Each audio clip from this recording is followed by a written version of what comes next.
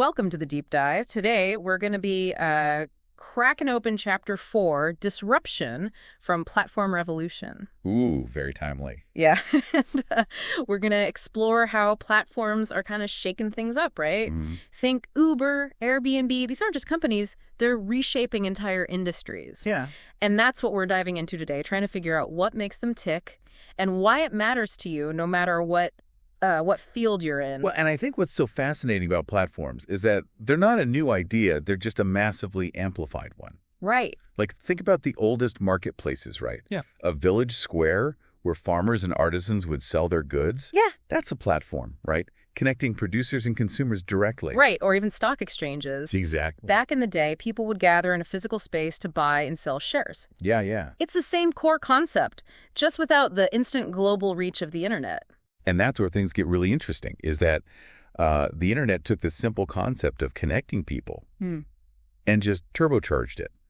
Now, platforms can scale at an incredible pace, and that's a big part of why they're disrupting so many industries. It's like someone hit the fast-forward button on evolution. Think about Uber. It's disrupted transportation in a way that, no one could have predicted. Right. And it's not just taxis feeling the heat. Even online ride-hailing services are struggling to keep up. Right. Why? Well, because they tapped into this power of the internet to create a platform with massive network effects. Yeah. The more drivers on the platform, the more attractive it is to riders. The more riders there are, the more attractive it is to drivers. Right. It's that self-reinforcing loop that makes platforms so powerful. And it's why we're seeing them outcompete traditional businesses and the first wave of online businesses that simply move those models online. So it's not just about being online. It's about using the internet to connect people in a way that creates the snowball effect. But how does this actually translate into real-world disruption? I mean, we all know the stories about Uber and Airbnb, but what's the underlying mechanism that's driving this shift? Well, one key factor is what we call superior marginal economics. Platforms can add new products or services with minimal additional cost. Okay. So think about Airbnb. Adding a new room listing costs them almost nothing. Compare that to a traditional hotel chain having to build a whole new hotel to expand. That difference in cost structure is massive. Okay, so it's not just about being cheaper. It's about having a fundamentally different cost structure that allows for exponential growth. And this ties directly into those network effects we talked about, right? Absolutely. The lower the marginal cost, the easier it is to scale the platform, and the faster those network effects kick in. It's a powerful combination. And it's why we see platforms disrupting industries in ways that go beyond simple competition. They're changing how we create and consume value, even changing our behaviors and expectations. That's a great point. Remember when people were skeptical about staying in a stranger's home? Now, thanks to Airbnb, it's become normalized. But let's rewind for a second. Okay. Before we dive deeper into these structural changes, Yeah. I think it's helpful to look back at the evolution of internet disruption. Software is eating the world, as Mark Andreessen famously said. Right. But now it seems like platforms are eating the software, right? Yeah, that's a great analogy. We had this first wave of disruption where online pipelines like Amazon and Netflix outcompeted traditional brick-and-mortar businesses. Yeah, right. They leverage the internet for faster, cheaper distribution. But platforms are doing something different. Okay. They're not just pipelines, they're ecosystems. So instead of just replicating existing models online, platforms are creating entirely new ways of doing things. And Yeah. that's why they're winning even against those early online disruptors. Exactly. Take Upwork, for example. It's a platform that connects freelancers with clients, disrupting the entire recruitment industry. Yeah. It's not just competing with traditional staffing agencies. It's offering a fundamentally different way to find and hire talent. It's fascinating how this platform model is turning industries upside down. But what I find truly fascinating is how it's changing the very definition of value creation and consumption. Oh, yeah. That's where things get really interesting. Platforms are able to tap into new sources of supply in a way that traditional businesses never could. Think about Wikipedia. It harnessed the collective knowledge of volunteers to create a massive online encyclopedia, Right. something that would have been impossible with a traditional publishing model. It's like they democratized expertise. And it's not just about information, it's about content creation too, right? Platforms like YouTube gave anyone with a camera the ability to reach a global audience, shaking up the entire media landscape. Exactly. And then there's the way platforms are changing consumption patterns. Suddenly we're comfortable riding with strangers in their cars or staying in their homes. Platforms are changing our behaviors and blurring the lines between what was once considered private and public. You know, the book actually has this great line about internet-enabled intimacy. It captures this shift perfectly. Yeah, it's a good one. But in the early days, there was a lot of skepticism about platforms, right? Yeah, for sure. People questioned the quality and safety of things like Airbnb and YouTube. So how did platforms overcome that initial resistance? One key factor is community-driven curation. Platforms leverage the power of their users to flag inappropriate content and promote high-quality offerings. Think about early YouTube. It was a bit of a Wild West. Oh, yeah. But as the platform grew, the community itself helped shape what became acceptable and what didn't fly. So it's like a self-regulating system where the community acts as a filter, helping to improve quality and build trust over time. And platforms are also getting smarter about using algorithms to curate content, right? Absolutely. Platforms like YouTube and Airbnb use sophisticated algorithms to personalize recommendations and filter out low-quality content. Yeah. They're constantly evolving to improve the user experience and build that all-important trust. Right. But this is just one aspect of the structural impact platforms are having. There's a lot more to unpack here. Okay, so we've seen how platforms are changing the game in terms of cost structure, network effects, and value creation. But you mentioned there are some even bigger structural impacts at play, right? You're right. There are three big ones that are worth exploring. The delinking of assets from value, the phenomenon of re-intermediation, and the power of market aggregation. Let's start with delinking assets from value. It's a concept that can really make you rethink traditional business models. All right, let's unpack this. What exactly does it mean to delink assets from value? It means that platforms can create value without actually owning the underlying assets. Think of a hospital with an expensive MRI machine. Traditionally, they use it only for their own patients. Right. But with a platform, they could lease out unused capacity to other clinics, maximizing the value of that asset without actually selling it. So it's like squeezing more value out of existing resources by connecting those who have excess capacity with those who need it? Yeah. It's all about maximizing efficiency. Exactly. And this isn't limited to physical assets. Think about data. Yeah. Platforms are able to aggregate and analyze massive amounts of data from their users, creating insights and value that wouldn't be possible for any single company to achieve on their own. That's a really interesting point. It's like platforms are creating a new kind of asset, this collective intelligence derived from the data of their users. But you mentioned re-intermediation as another big structural impact. Didn't everyone think the internet was going to eliminate the middleman? That was the idea, but what we're seeing is platforms are becoming the new middleman, but they're doing it in a much more efficient and scalable way. So it's not about eliminating the middleman altogether. It's about evolving the role of the middleman for the digital age. Precisely. Platforms use algorithms and user feedback to connect buyers and sellers in ways that were previously impossible. Think about A&R scouts in the music industry. They used to work for record labels, scouting for new talent. Now, independent scouts can use platforms like YouTube and SoundCloud to discover and connect with artists directly.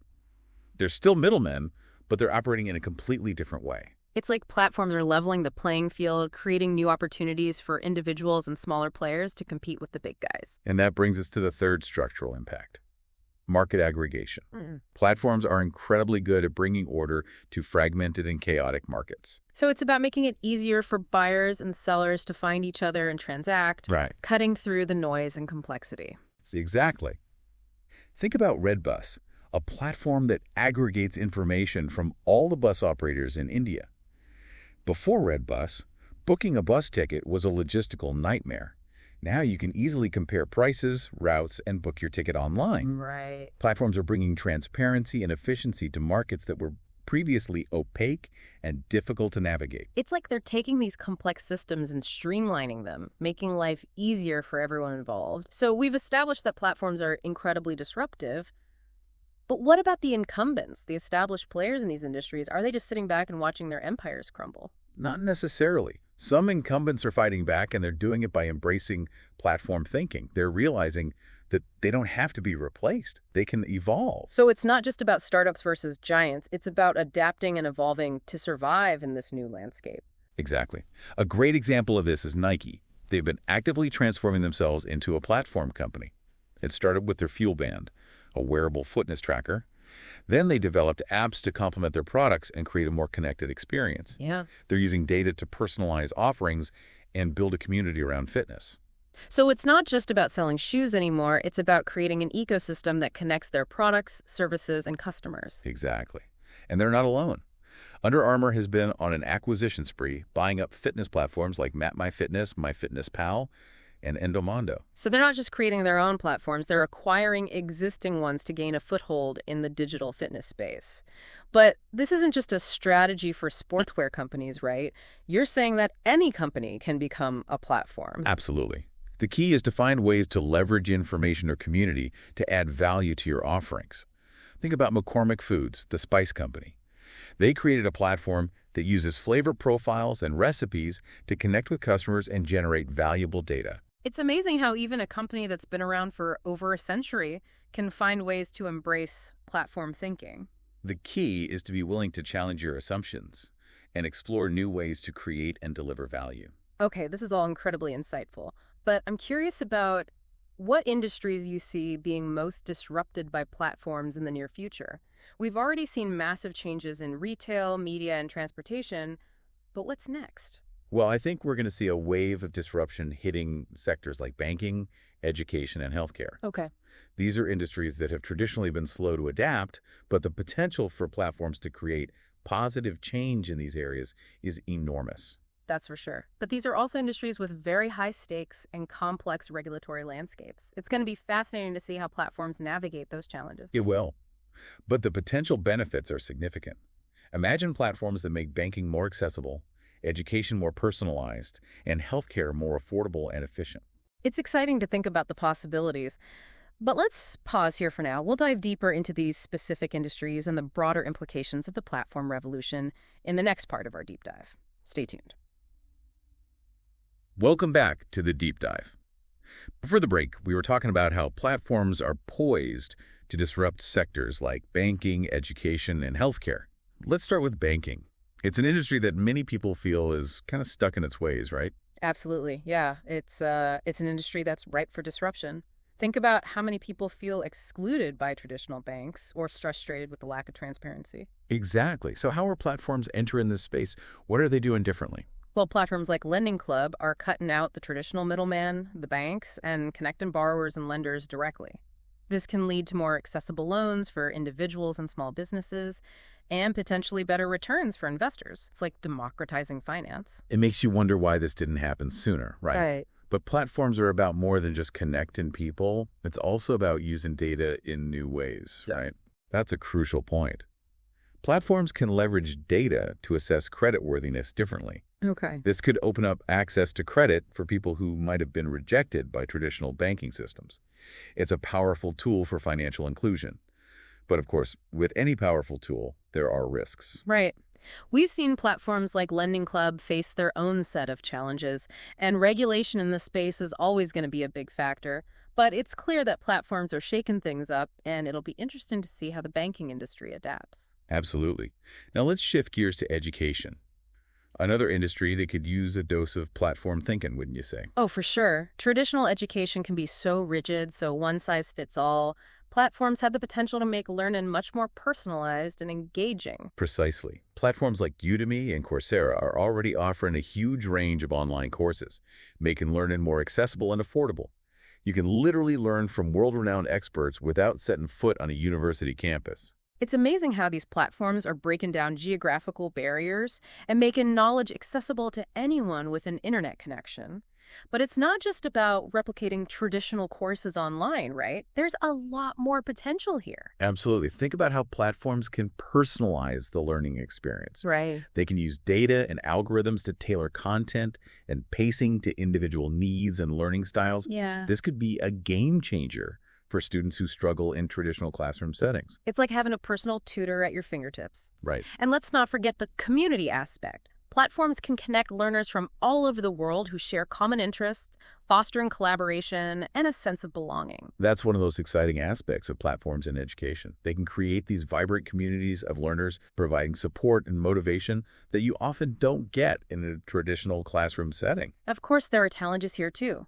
Ensuring quality control and accreditation in the online space can be tricky, and we have to be mindful of potential biases baked into algorithms. You're right. We can't just assume that platforms are a silver bullet solution. It's crucial to approach these innovations with a critical eye, considering both the potential benefits and the potential downsides. Okay, let's move on to healthcare, perhaps the most complex and sensitive of the three. Disruption in this space has to be approached with extreme caution. Absolutely. The stakes are high, and any changes need to prioritize patient safety and well-being above all else.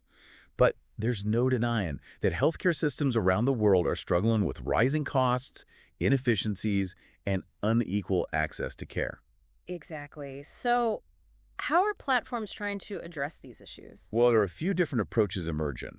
Some platforms are focused on improving the patient experience, Yeah. like ZocDoc, for instance. Right. They help patients find doctors, book appointments, and manage their medical records online. It makes that kind of administrative side of healthcare less of a hassle. It's like bringing the ease and convenience of online booking to the healthcare world. It just makes sense. Exactly. And other platforms are taking a more data-driven approach. Companies like Jawbone are developing wearable devices that track health metrics like sleep patterns, activity levels, and heart rate. This data can then be used to provide personalized health insights and recommendations. It's like having a personal health coach right on your wrist. Right. But it's also a bit unnerving to think about all that personal data being collected, analyzed, and potentially shared. You raise a valid point. Privacy and data security are paramount in healthcare, and we need robust regulations and ethical frameworks to ensure that platforms handle this sensitive information responsibly. Absolutely. And there's also the concern that platforms could exacerbate existing healthcare disparities, given those with resources even more access to care, while those without fall further behind. That's a crucial consideration. We can't let the excitement about platform innovation blind us to the potential downsides. We need to be actively thinking about how to ensure that platforms promote equity and access for all, not just for a select few. Okay, so we've explored how platforms are poised to disrupt banking, education, and healthcare. It's clear that they have the potential to bring about positive change, but there are also significant challenges and risks to consider.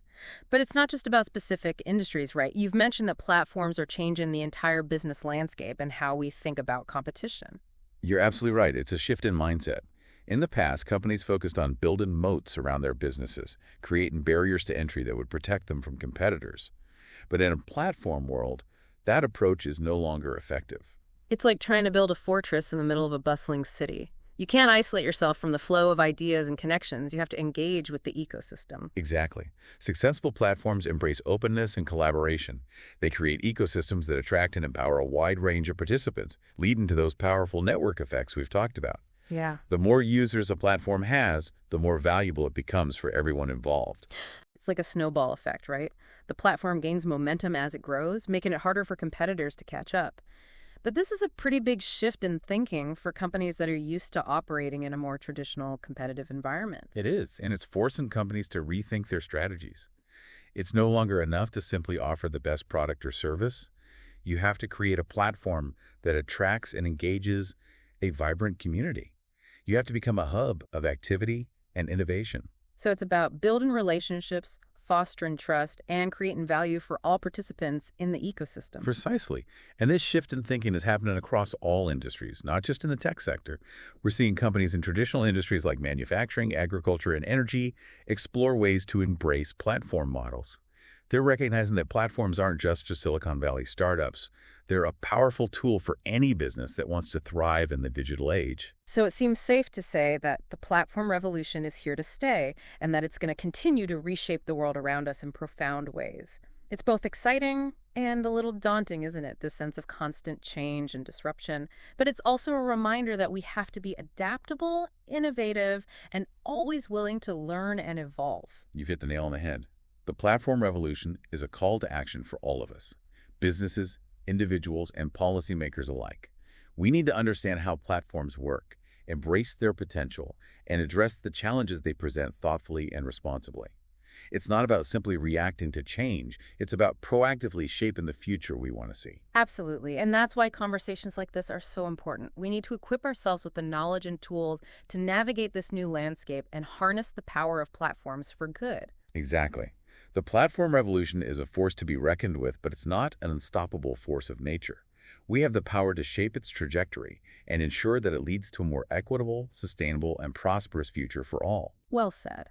But before we get too far ahead of ourselves, let's take a step back and recap some of the key takeaways from our discussion so far. We've covered a lot of ground today, from the underlying mechanics of platforms to their potential impact on a wide range of industries. So let's recap what we've learned about this whole platform revolution, right? It's not just about tech companies. It's a fundamental shift in how business works, how value's created, and how we all connect. Yeah, exactly. I mean, we've seen how platforms completely overturn these traditional cost structures. They tap into that power of network effects and even change our behaviors as consumers, right? Right. It's not just about selling a product anymore. Right. It's about building this whole ecosystem. Yeah, and that ecosystem aspect is key, right? Platforms thrive on openness and collaboration. It's not about building walls to keep competitors out. It's about creating a space where everyone benefits from participating. Yeah. Think of it this way. A platform's only as strong as its community. The more users, the more data, the more activity, the more valuable it becomes for everyone involved. Which brings us to a crucial point, right? Understanding how platforms work isn't just for techies anymore. It's essential knowledge for anyone in business, whether you're an entrepreneur, a manager, or an investor. Absolutely. If you're not thinking about how platforms are impacting your industry, you're already falling behind. Yeah. And this isn't just about, reacting to disruption. It's about being proactive, about seeing the opportunities that platforms create. Right. It's about asking yourself, how can I leverage this platform model to create value, to build a community, to solve problems in new ways? Exactly. We talked about how incumbents like Nike and Under Armour are adapting, but this thinking applies to any industry. Even McCormick Spices is using a platform approach to connect with customers and gather data. It is fascinating to see how this model is being applied in such diverse ways. But it's not just about business, right? Platforms are changing how we learn, how we access healthcare, how we connect with each other on a social level. Yeah, that's what makes this revolution so profound. It's touching every aspect of our lives, from the mundane to the life-changing. And as with any powerful tool, it's crucial that we use it responsibly. Yeah, we've talked about the risks, the need for regulation, the importance of addressing potential biases and algorithms. It's not about blindly embracing platforms. It's about understanding their power and using it for good. That's a great point. The future of platforms isn't predetermined. It's being shaped right now by the choices we make, the questions we ask, and the actions we take. And that brings us to our final thought for today. Imagine you were creating a platform in your field. What problem would it solve? What would make it unique? What kind of community would you foster? That's a question worth pondering. The world of platforms is constantly evolving, and the most exciting innovations are yet to come. So don't be afraid to think big, to challenge assumptions, to imagine new possibilities. Who knows, you might just be the next platform pioneer. Thanks for joining us on this deep dive, and until next time, keep exploring, keep learning, and keep diving deep.